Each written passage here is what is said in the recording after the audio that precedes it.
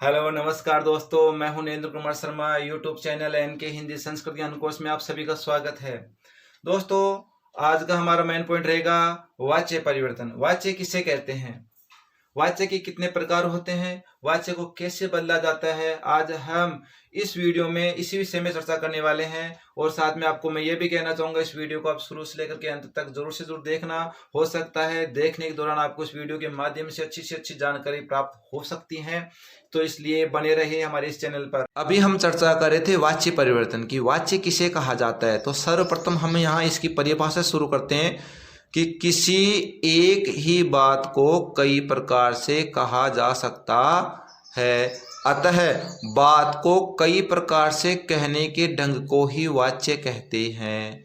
जैसे हमने यहाँ एक बात प्रस्तुत की, रामः पाठम पढ़ति, राम पाठ पढ़ता है। हमने इसी बात को दूसरे रूप में यहाँ प्रस्तुत कर दिया, रामेण पाठः पठ्यते, राम के द्वारा पाठ पढ़ा जाता है। हमने उपर्युक्त इस बात को इस रूप में प्रस्तुत कर दिया। इसके उपरांत भी इसके अर्थ एवं भाव में कोई परिवर्तन नहीं हुआ, अतः इसी कारण हम इसको वाच्य कहते हैं। अब आगे हम चर्चा करते हैं कि संस्कृत भाषा में वाच्य के कितने भेद होते हैं। तो यहाँ देखते हैं कि संस्कृत भाषा में वाच्य के 3 भेद होते हैं, कर्तृवाच्य, कर्मवाच्य और भाववाच्य। तीनों के बारे में यहाँ जानते हैं कि सबसे पहले देखते हैं कर्तृवाच्य। कर्तृवाच्य में कर्ता प्रधान होता है। इसमें क्रिया का पुरुष, वचन, लिंग तथा विभक्ति सब कर्ता के अनुसार ही होते हैं, अर्थात कर्ता प्रधान होता है और क्रिया के द्वारा मुख्य रूप से कर्ता का ही वर्णन किया जाता है। इसकी सबसे बड़ी विशेषता यही होती है कि ये क्रिया के द्वारा मुख्य रूप से कर्ता का ही वर्णन किया जाता है। हाँ, यह 2 प्रकार का होता है, यह सकर्मक भी होता है और यह अकर्मक भी होता है। कर्तृवाच्य 2 प्रकार होता है, सकर्मक और अकर्मक। अब हम यहाँ चर्चा करते हैं कर्मवाच्य की। कर्मवाच्य में कर्म प्रधान होता है और इसमें क्रिया का पुरुष, वचन, लिंग तथा विभक्ति आत्मनेपद में कर्म के अनुसार ही होते हैं, अर्थात इस वाक्य में कर्म प्रधान होता है और क्रिया के द्वारा मुख्य रूप से कर्म का ही वर्णन किया जाता है। इस वाक्य की विशेषता है कि इसमें कर्म में प्रथम विभक्ति, कर्ता में तृतीय विभक्ति और क्रिया का पुरुष एवं वचन सब कर्म के अनुसार ही होते हैं। और सबसे बड़ी बात यह है कि इसमें जितनी भी धातुएं होती है वह आत्मनेपद के रूप ही लगते हैं। उसमें कर्मवाच्य में क्रिया बनाने के लिए धातु को प्रथम पद से आत्मनेपद में बदल दिया जाता है, जैसे पठती को पठ्यते में बदल दिया गया। अब आगे हम चर्चा करते हैं भाववाच्य की। भाववाच्य में भाव प्रधान होता है। इसमें क्रिया सदा नपुंसकलिंग, एक वचन या प्रथम पुरुष एक वचन आत्मनेपद में ही होगी, अर्थात इस वाक्य में न तो कर्ता की प्रधानता होती है और न ही कर्म की प्रधानता होती है। इसमें बल्कि जो वक्ता है उसका भाव क्रिया से ही स्पष्ट हो जाता है, अर्थात इस वाक्य में क्रिया की प्रधानता होती है और क्रिया सदा प्रथम पुरुष एक वचन में ही होती है। इसमें कोई भी कर्म नहीं होता और साथ में इसमें सबसे मेन बात है कि यह जो वाक्य है यह अकर्मक होता है, अर्थात इसमें क्रिया का प्रयोग ही होता है और कर्म का प्रयोग नहीं होता है। आगे हम यहाँ चर्चा करते हैं कि वाच्य निर्माण करते समय हमें किन बातों का ध्यान रखना चाहिए। सर्वप्रथम हम यहाँ चर्चा करते हैं कर्तृवाच्य की। कर्तृवाच्य का निर्माण करते समय कर्ता में प्रथम विभक्ति का होना आवश्यक है, कर्म में द्वितीय विभक्ति का होना आवश्यक है, जो क्रिया है वह कर्ता के अनुसार ही होनी चाहिए। रामः पाठम पढ़ति, राम पाठ पढ़ता है। जो यहाँ पर कर्ता राम है उसमें प्रथम विभक्ति है, जो कर्म पाठम है उसमें द्वितीय विभक्ति प्रयुक्त हुई है, जो पठती क्रिया है वह कर्ता राम के अनुसार ही प्रयुक्त हुई है। जो यह वाक्य बन करके तैयार हुआ यह सकर्मक कर्तृवाच्य का रूप बन करके तैयार हो गया।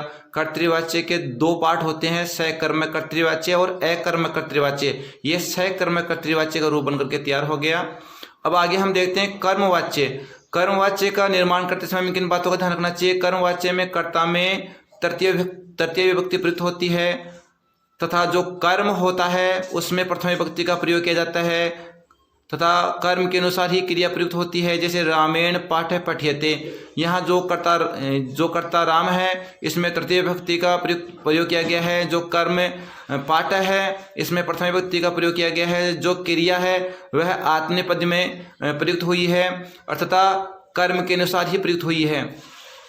इसमें कर्म के अनुसार क्रिया प्रयुक्त की जाती है, जैसा कर्म होगा वैसी ही क्रिया होगी। आगे हम चर्चा करते हैं भाववाच्य की, कि भाववाच्य में जो कर्ता होगा इसमें भी तृतीय विभक्ति का प्रयोग किया जाता है। सबसे मेन बात होती है कि इसमें कर्म का प्रयोग नहीं किया जाता और क्रिया हमेशा नपुंसकलिंग प्रथम पुरुष एकवचन में ही प्रयुक्त होती है, जो कि मैंने आपको पहले भी बता दिया था। आगे हम यहाँ चर्चा करते हैं कि परस्मय पद से आत्मनेपद में रूप कैसे तैयार करें। उसके लिए मैंने आपकी सुविधा के लिए एक ग्राफ बना के तैयार की है, जिसको हम यहाँ देखते हैं। क्रिया को परस्मय पद से जो क्रिया है उसको परस्मय पद से आत्मनेपद में कैसे बदलते हैं। तो सबसे पहले हम यहाँ पठ धातु का रूप ही ले लेते हैं। जैसे पढ़ती पढ़ते पठंती, पठसी पठतः पठत, पठामी पठावे पठामे।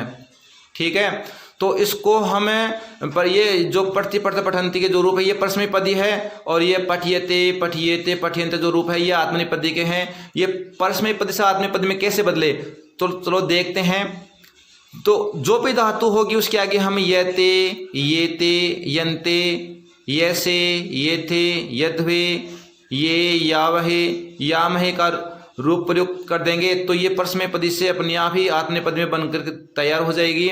जैसे पठ से पठियते, पढ़त से पठियते और पठंती से पठियंते रूप बन के तैयार हो गया। जैसे लिख धातु है, लिख से लिखियते, लिखियते, लिखियंते। जैसे गम धातु है तो गम धातु से रूप बनेगा गम्यते, गम्येते, गम्यन्ते। इसी प्रकार से हमारे पूरे रूप बन करके तैयार हो जाएंगे और हमें वाक्य निर्माण करने में किसी प्रकार की समस्या का सामना करना नहीं पड़ेगा। ये एक आसान तरीका है जिसको आप अपना सकते हो। वाक्य निर्माण करने में आपको बहुत सुविधा हो सकती है इसका प्रयोग यदि आप करोगे तो। आज के लिए इतना ही। तो दोस्तों ये था आज का हमारा वीडियो। यदि ये वीडियो आपको अच्छा लगा हो तो इस वीडियो को सब्सक्राइब करना न भूलें और साथ में हमारा ये निवेदन भी है कि इस वीडियो को ज़्यादा से ज़्यादा अपने दोस्तों के साथ शेयर कीजिए ताकि इस वीडियो का लाभ उनको भी मिल सके। धन्यवाद।